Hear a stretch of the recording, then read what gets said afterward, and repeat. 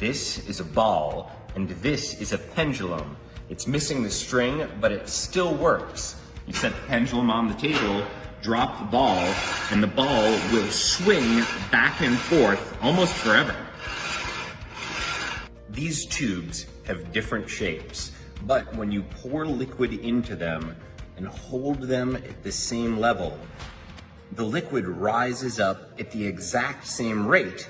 You would think it might fill up one of the smaller tubes before the bigger tubes, but it fills them all up at the exact same time. This gadget uses centripetal force to stop your coffee from spilling. Usually if you have a full cup of coffee and you try to transport it somewhere, it's gonna spill out all over the edges with the slightest movement. But if you put your coffee in this device here, then as it moves around, it will always go to the bottom thanks to centripetal force. I can pick it up, it doesn't spill. I can swing it around big time like that, but as long as the motion is fluid, it will not spill a single drop. This is a nail, and this is a balloon. Look what happens when I press the nail into the balloon. No big surprise. The surprise happens when you get a ton of needles. You would think it'd be easier for a ton of needles to pop the balloon, but because the weight is evenly distributed, the balloon will not pop. This is memory wire. It's wire that remembers its shape even when you unbend it. It all has to do with the temperature. When the wire's at room temperature, it'll take whatever shape you bend it out to be.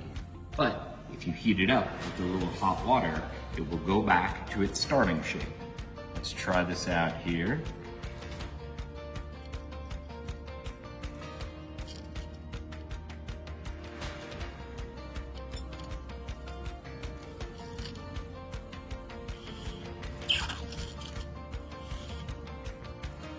Most people can't even balance one nail on the head of another nail, but it's actually possible to balance 10 nails on the head of one nail.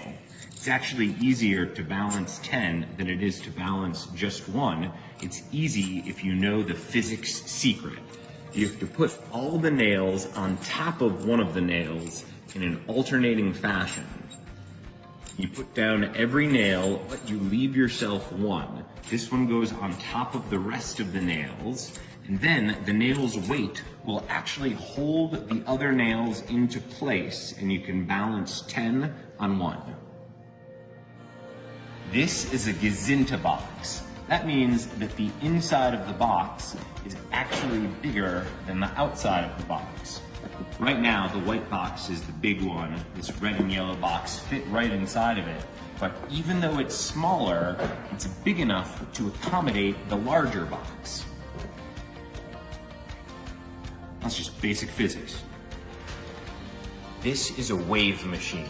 When I turn the handle right there, it's gonna make 3 different types of waves. The first one you'll see along the black circles, the second one you'll see along the gray hexagons, and the last one you'll see going up and down with the gray lines there. Look at this. Here's the first wave. Now you can see the next type of wave, and then here's the last type.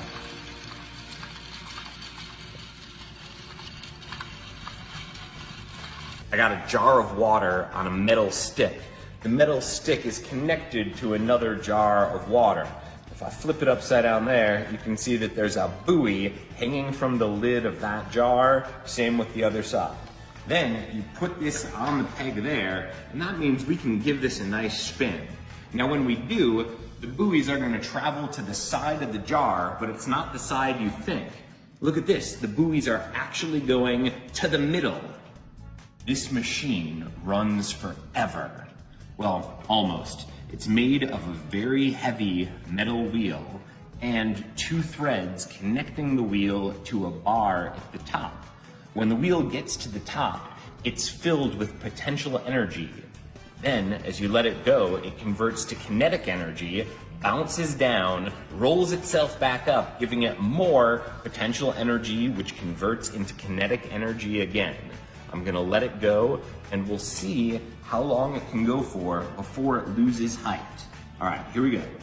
3, 2, 1 and drop. Goes down, and then it goes almost back to its exact starting place. If you look, the amount of space it's going down each time is minimal. This is as close to a perpetual motion machine as you're gonna get. This end of the machine here is taller than that end down there. Check it out. Tape measure, this end is about 2.5 inches, but if we go down to this side, it's only 2 inches. Now, that explains why, if you take a pen and put it in the middle, it's gonna roll in that direction, because this direction is lower. However, it's a little different with this block of wood. See, this block of wood, because of the way it's shaped, does not roll down the machine like the pen. The block of wood rolls up the machine.